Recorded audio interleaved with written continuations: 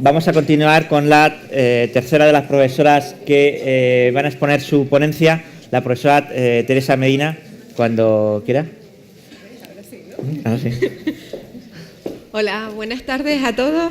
Bueno, lo primero, al igual que han hecho mis dos compañeras, bueno, pues es agradecer nuevamente estar aquí en Cuenca, disfrutando de una materia que yo creo que a todos nos interesa, que es la materia de la contratación pública, en un momento además tan importante como este, en el que prácticamente se acaba de publicar el proyecto de ley en el Estado español, y en el que, bueno, se avecinan cambios, algunos más afortunados, otros menos afortunados, como hemos visto esta mañana, y en el que todos pues podemos aportar ideas y podemos aportar sugerencias para con respecto a esa tramitación parlamentaria.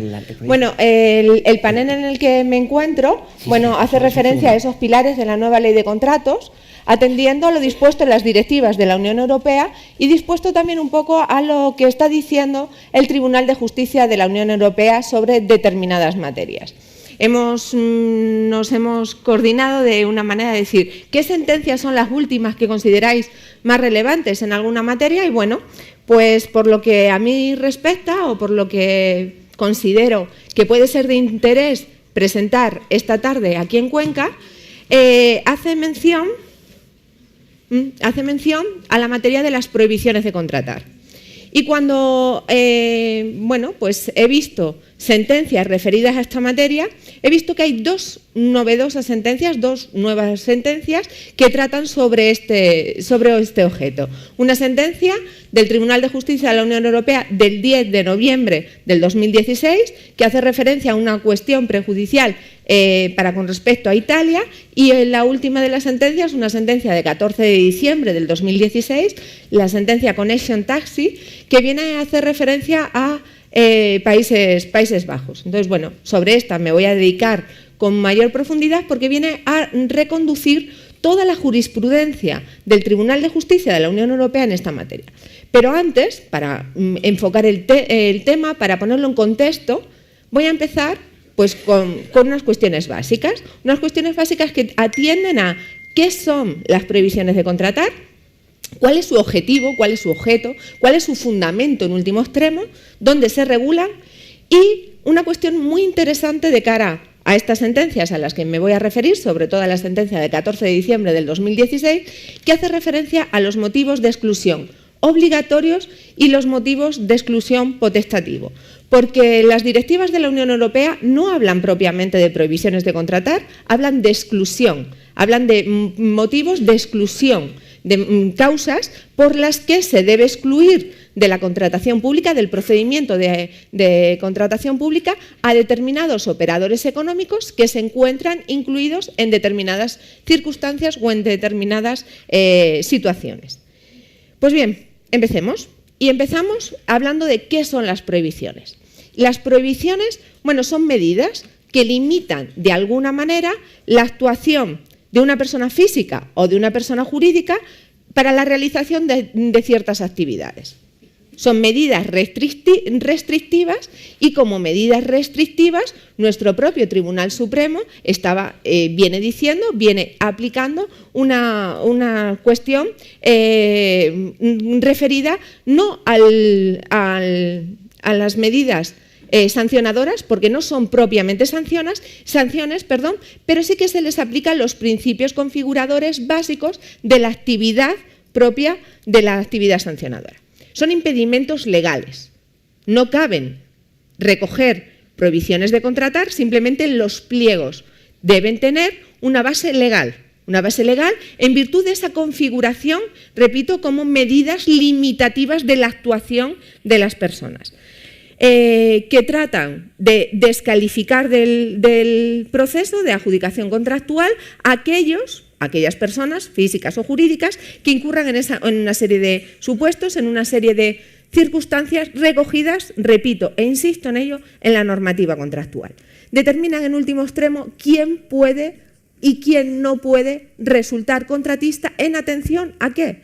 A la situación personal del candidato o del licitador en el proceso de contratación pública. Cuando hablamos, además de esas prohibiciones, vemos que el Tribunal de Justicia de la Unión Europea nos lleva diciendo en distintas sentencias cuál es el fundamento de estas prohibiciones. Y en último extremo, el fundamento de estas prohibiciones se justifican en razones de interés general. ¿Y cuál es la razón de interés general que está detrás de estas prohibiciones de contratar o de estos motivos de exclusión? Garantizar la fiabilidad, la seriedad, la honestidad profesional del licitador o del candidato que se va a presentar en un procedimiento de adjudicación. Porque entiende la normativa que no se podría contratar o no se puede contratar con las entidades del sector público con aquellos operadores económicos que no han demostrado la diligencia, la seriedad y la honestidad suficiente para poder llegar a resultar ser contratistas con las administraciones públicas o con las entidades del sector público.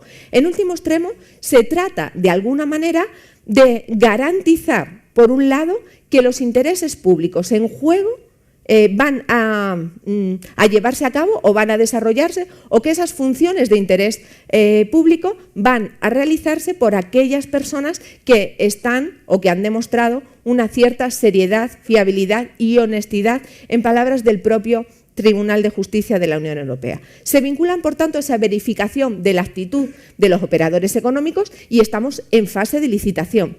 Tienen sentido en fase de licitación, en fase de anterior a la propia adjudicación del contrato. Y esto es importante hacerlo constar por esta sentencia a la que me referiré de 14 de diciembre del 2016. En todo caso, tiene como fin que se celebre los contratos con sujetos fiables e impidiendo que se puedan adjudicar a aquellas personas que no demuestran una cierta integridad. Esa cierta integridad o esa falta de integridad, las directivas de la Unión Europea las recogen en esos motivos de exclusión a los que estaba refiriéndome y las recogen las nuevas directivas del 2014 en 3 artículos diferenciados. En el artículo 38 de la Ley de Concesiones, en el artículo 57 de la Directiva 2014/24, la Directiva Clásica, y en el artículo 80 de la Directiva de Sectores Especiales. ¿Pero son nuevas? ¿Son novedosas? No. Son motivos de exclusión que ya aparecían recogidos en distintos artículos desde las primeras directivas de la Unión Europea. ¿Qué ocurre? Pues que desde el año 1971, en el que se dicta la primera directiva de la Unión Europea hasta este momento, las situaciones o las circunstancias por las que se impide llegar a contratar a un sujeto, a un operador económico, han cambiado. ¿Han variado? Sí, han variado. Y han variado desde el año 2004 en un aspecto muy importante, en el que garantizar esa seriedad, esa fiabilidad, esa honestidad del operador económico se hace también como un medio y un instrumento jurídico para luchar con determinadas actitudes o determinadas acciones que se vienen desarrollando. Estoy hablando de la lucha contra la corrupción, porque desde el año 2004 aparece la palabra corrupción en unas directivas de la Unión Europea de contratación pública, en la Directiva de Contratos de la Unión Europea, y en sus fundamentos, en sus considerandos, viene a decir que no se puede adjudicar un contrato público a aquel operador económico que haya sido condenado en sentencia judicial firme por determinados tipos delictivos. Determinados tipos delictivos a los que la directiva hace referencia a corrupción, pero no hay, dentro de los tipos delictivos de nuestro Código Penal, por ejemplo, no hay un tipo delictivo propio de corrupción, sino que son determinados tipos delictivos incluidos en un mismo capítulo en los que nos encontramos este tipo de delitos. Se encuentran reguladas, por tanto, desde las primeras directivas de la Unión Europea y no es la primera ocasión en esta sentencia que os voy a traer, que traigo esta tarde, no es la primera ocasión en que el Tribunal de Justicia de la Unión Europea habla de ellas. Habló de ellas o trata sobre ellas desde el año 2006. Fijaros, desde el año 2006 estamos hablando que ya estaban en vigor las directivas del 2004. Hay una sentencia muy citada, una sentencia muy conocida, que es la sentencia Cascina, de 9 de febrero del 2006, en el que se habla en una cuestión también prejudicial de cómo deben recogerse y cómo deben aplicarse estos motivos de exclusión por parte de los Estados miembros. ¿Por qué es importante ¿Por qué es importante o por qué traigo a colación esto? Bueno, porque las directivas, ahora va a ir un poquito más lento porque le he dado así y va un poquito más retrasado.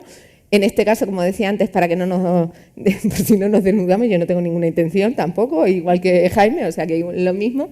Cuando hablamos de las directivas del 2004, de las prohibiciones de contratar, una de las grandes diferencias que sucede con respecto a las directivas de primera y de segunda generación es que la directiva distingue entre lo que son exclusiones obligatorias y lo que son exclusiones potestativas. Hasta ahora, hasta el año 2004, todos los motivos de exclusión, todas las circunstancias de exclusión eran potestativas. ¿Qué significa eso? Pues, en primer lugar, que los Estados miembros, al transponer las directivas de la Unión Europea a su normativa interna, podían o no podían recogerlas en su legislación. Es decir, eran libres, completamente libres, para recogerlas. Como después diré en las diapositivas siguientes, ¿qué supone esto? Pues que no hay una armonización en materia de exclusiones potestativas, porque un Estado miembro las podía recoger, otro Estado miembro podría no recogerlas, y hay Estados miembros que el rigor para atender a estas prohibiciones podía ser de distinto calado. Y estaba permitido y era posible por esa consideración de exclusión facultativa. Quedaba, por tanto, como ahí recojo, a la apreciación de cada uno de los Estados miembros, que a su vez esos Estados miembros podían atribuir con la misma condición potestativa a los órganos de contratación, para que fueran los órganos de contratación los que determinaran si una determinada circunstancia, una determinada causa, podría ser considerada una prohibición para contratar en atención a que el operador económico no mostraba esa fiabilidad o esa seriedad de la cual debiera predicarse. Entonces vemos que esa consideración facultativa estaba tanto para los Estados miembros, está tanto para los Estados miembros como después para los órganos de contratación en atención a lo dispuesto en la propia normativa. ¿Qué ocurre, sin embargo, con las exclusiones obligatorias? En las exclusiones obligatorias no hay posibilidad alguna que los Estados miembros no las recojan en sus legislaciones nacionales. Es decir, de una manera categórica, todos los Estados miembros deben recoger en su legislación nacional, cuando transponen las directivas de la Unión Europea, esas causas o esas circunstancias como impeditivas para poder contratar. Eso supone, y pregunto, ¿eso supone que en todo caso no caben excepciones? La respuesta es no. La propia directiva permite excepciones para la inaplicación de esas prohibiciones. Por ejemplo, un ejemplo claro, en motivos de interés general. Motivos de interés general que además nos lo ejemplifica la propia Directiva 2014/24. Dice, si hay una vacuna mundial que salva una enfermedad para la humanidad y solo un operador económico que además es condenado, que ha sido condenado en sentencia judicial firme, pues ¿qué prima? La valoración de los intereses en juego, ¿qué prima? Dice, pues que contrate, usted contrate con quien quiera. Pero esa exclusión, esa excepción, debe recogerse o debe posibilitarse desde la normativa. Hay otras excepciones. Hay una excepción también que hace referencia en el momento actual con la regulación tributaria. Es decir, usted no ha cumplido con sus obligaciones tributarias, pero cuando se va a resultar adjudicatario del contrato, pues me pongo al día en mis obligaciones tributarias y con la seguridad social. ¿Podría ser también una excepción a recoger? Sí, así lo posibilita la propia Directiva 2014/24. ¿Pero qué ocurre?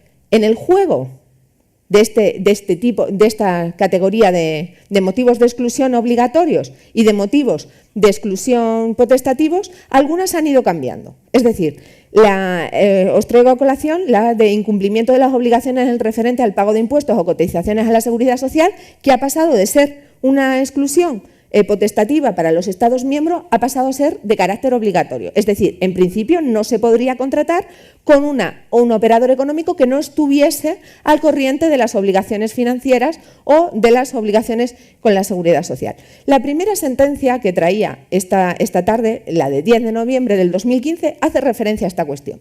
Es una empresa italiana en la que pues licita un contrato de prestación de un servicio de limpieza y en el momento de resultar adjudicataria, dicen, no, es que usted no está al corriente de las obligaciones tributarias y de la Seguridad Social. Había firmado una declaración responsable diciendo que sí que estaba, porque posterior al momento de presentar esa declaración se había puesto al corriente de esas obligaciones. Entonces se plantea la cuestión y el Tribunal de Justicia de la Unión Europea dice, si esto se resolviese con la Directiva 2014/24 no cabría ninguna duda al respecto, pero no se está resolviendo frente a esa nueva regulación de las prohibiciones de contratar, sino que se está resolviendo con la consideración de un motivo de exclusión facultativo. He hecho así, pero no estaba todavía He hecho así, pero ahora sí. La aplicación de los motivos de exclusión facultativa, repito e insisto en ello, se deja a la libre voluntad y apreciación de los Estados miembros. Esa posibilidad viene dada por el propio articulado, que en sus primeras palabras dice podrá ser excluido de la participación del contrato. Esa posibilidad ya nos viene dada desde las propias directivas. ¿Qué ocurre con ello? Esa falta de aplicación uniforme en esta materia pudiera dar lugar a una variedad de situaciones.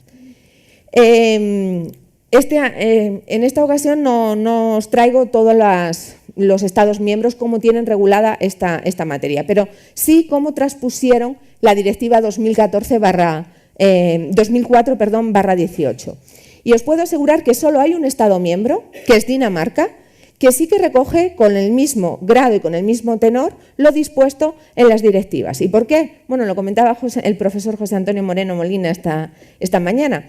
Hay Estados miembros donde a la hora de transponer las directivas de la Unión Europea lo único que dicen es, mediante una orden ministerial, esta directiva, a partir de esta fecha concreta, va a ser ley en este Estado miembro. Y Dinamarca es uno de esos ejemplos. Entonces, Dinamarca ha sido el único de los Estados miembros donde sí que recoge esa dualidad entre lo que es un motivo de exclusión potestativo y un motivo de exclusión obligatorio. Pero el resto de Estados miembros, a los que incluyo España, recogemos en un solo artículo, 2, 3 ahora en la nueva regulación, esas prohibiciones de contratar, esos motivos, y los recogemos con carácter obligatorio.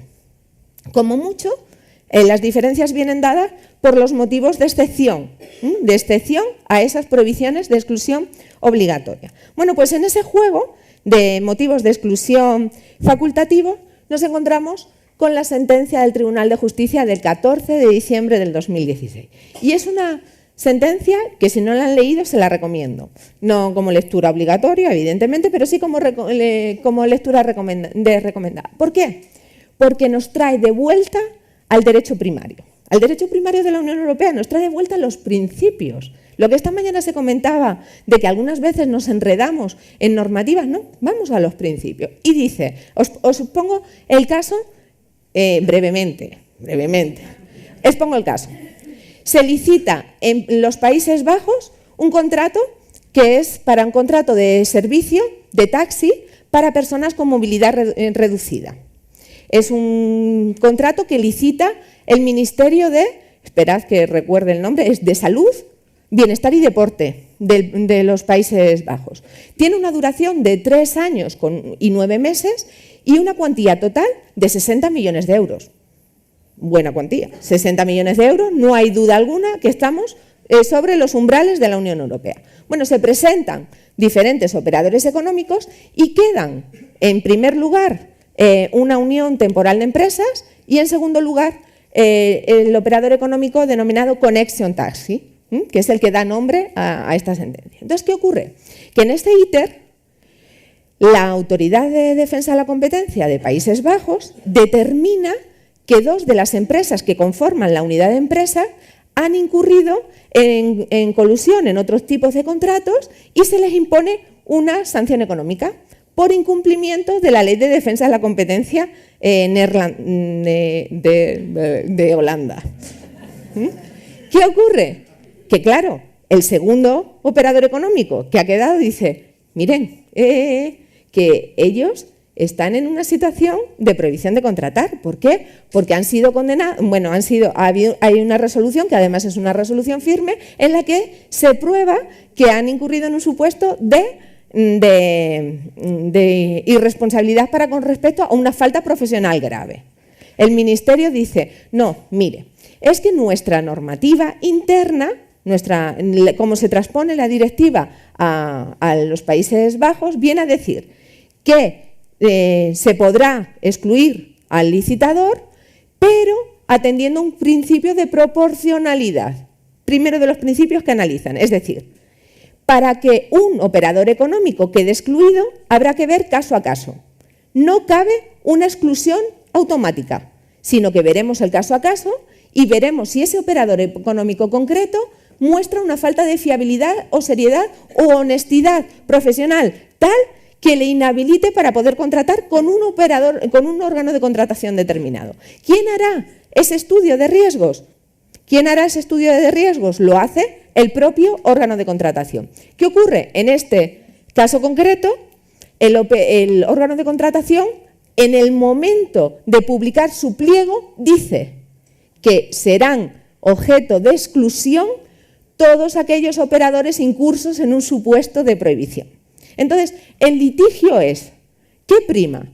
¿El principio de proporcionalidad o el principio de igualdad y de igualdad de trato o de transparencia? Viene a decir el Tribunal de Justicia de la Unión Europea, y con esto acabo, Antonio y al resto, viene a decir que nada prohíbe o nada impide que un Estado miembro, a la hora de transponer la directiva, recoja que tiene como supuesto de prohibición de contratar esa falta profesional grave y que atienda al principio de proporcionalidad para ver caso a caso si se puede o no se puede excluir. Pero dice, si en el pliego de cláusulas administrativas particulares determina con carácter obligatorio que se va a excluir, en virtud de un principio de igualdad, de un principio de transparencia, no lo puede hacer de manera distinta a como viene recogido para que sea igual para todos. ¿Por qué traigo a colación esta sentencia sobre todo? Porque nuestro proyecto de ley recoge en 3 artículos las cuestiones referentes a las prohibiciones de contratar y una de las novedades que presenta este proyecto con respecto al proyecto que se presentó en el año 2015 es la posibilidad que da o que permite al órgano de contratación de valorar si la actitud del licitador, adoptando medidas correctoras o medidas de corrección de las irregularidades en el procedimiento, caben o no caben. Entonces, bueno, en esa línea es la que quería traeros esta. Y ya no me dan más tiempo.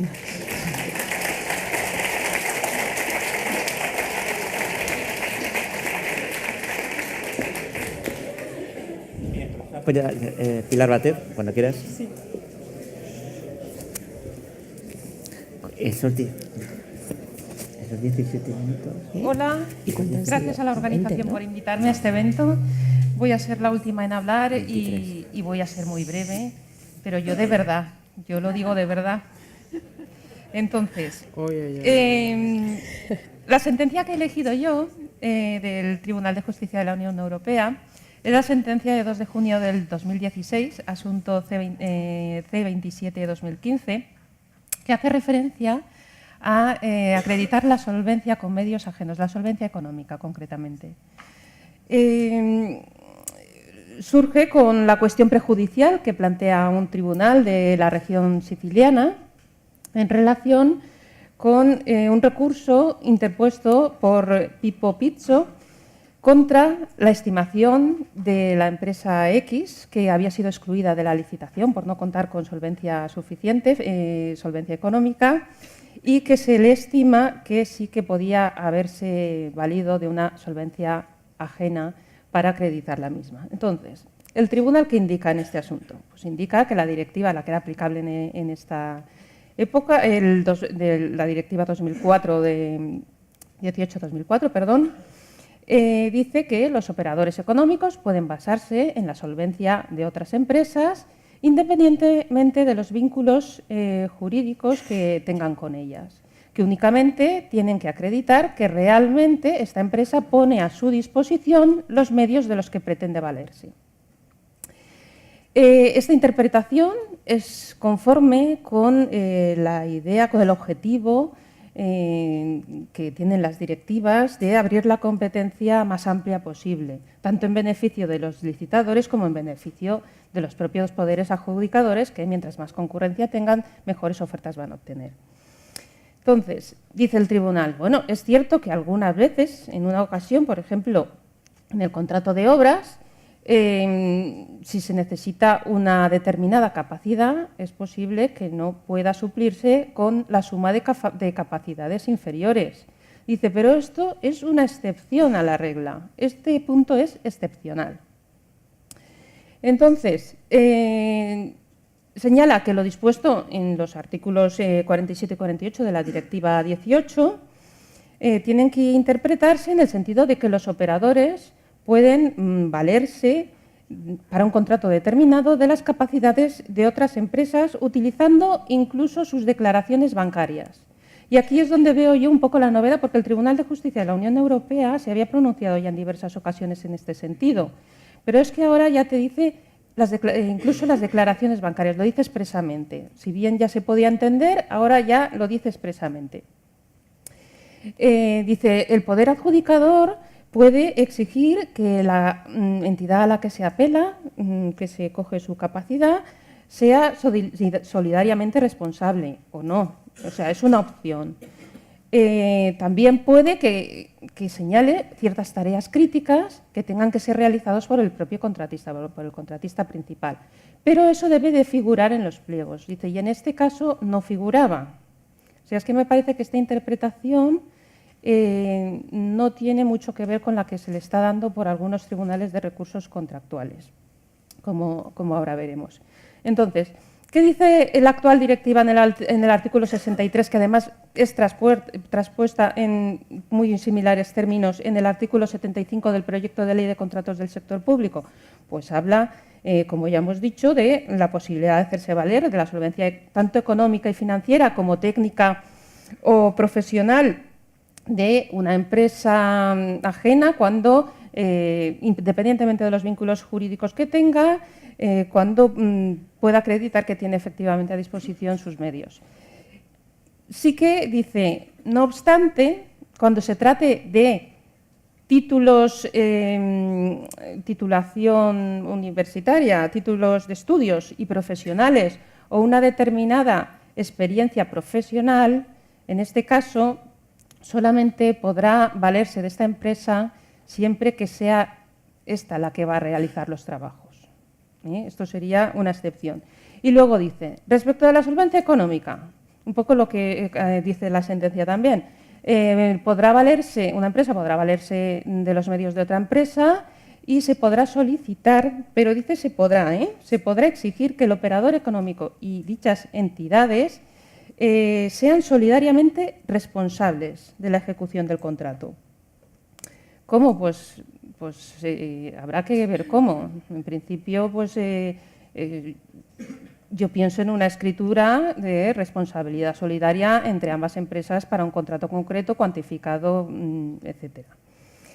Luego también habla de que ciertas tareas críticas podrán establecerse en los pliegos para realizarse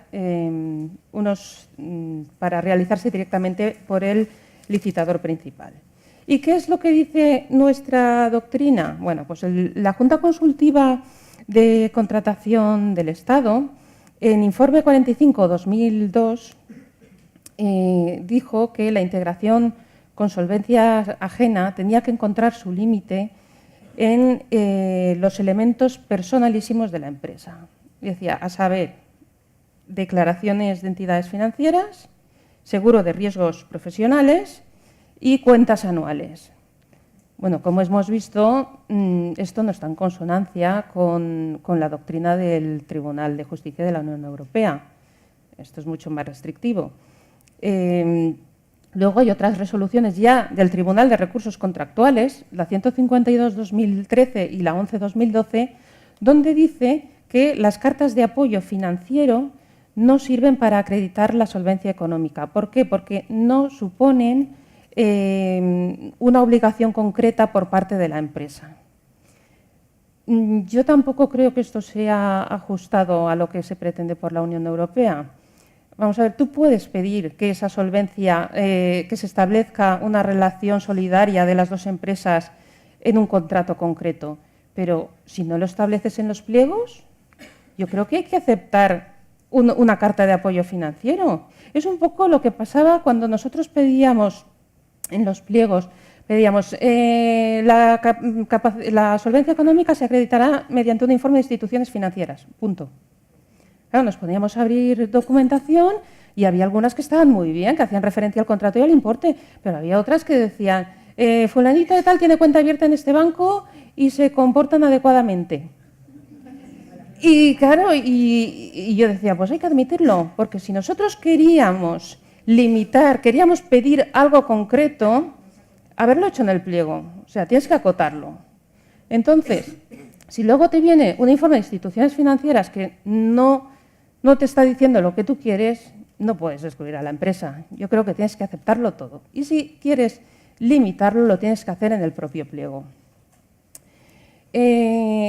Luego también hay una reciente resolución del Tribunal Administrativo de Recursos Contractuales de Madrid, que es la 103 del 2016,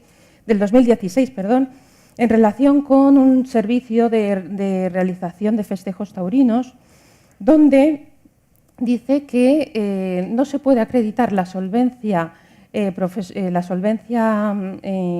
técnica totalmente con medios ajenos. Dice, por lo menos tiene que tener un mínimo de solvencia y luego complementarla. ¿Por qué? Porque si no, se entendería que el resultado es que la empresa adjudicataria va a ser una mera intermediaria. Entonces, yo entiendo la idea. O sea, efectivamente me parece un razonamiento lógico, pero no creo que vaya en consonancia con lo que dice la doctrina de la Unión Europea. Si tú no has reservado en el pliego unas tareas críticas a realizar directamente por el contratista, creo que incluso el 100%, creo que es lo que pretende el Tribunal de Justicia de la Unión Europea. Y además hay una sentencia de nuestra Audiencia Nacional de 15 de febrero de 2015, donde también se pronuncian esos términos.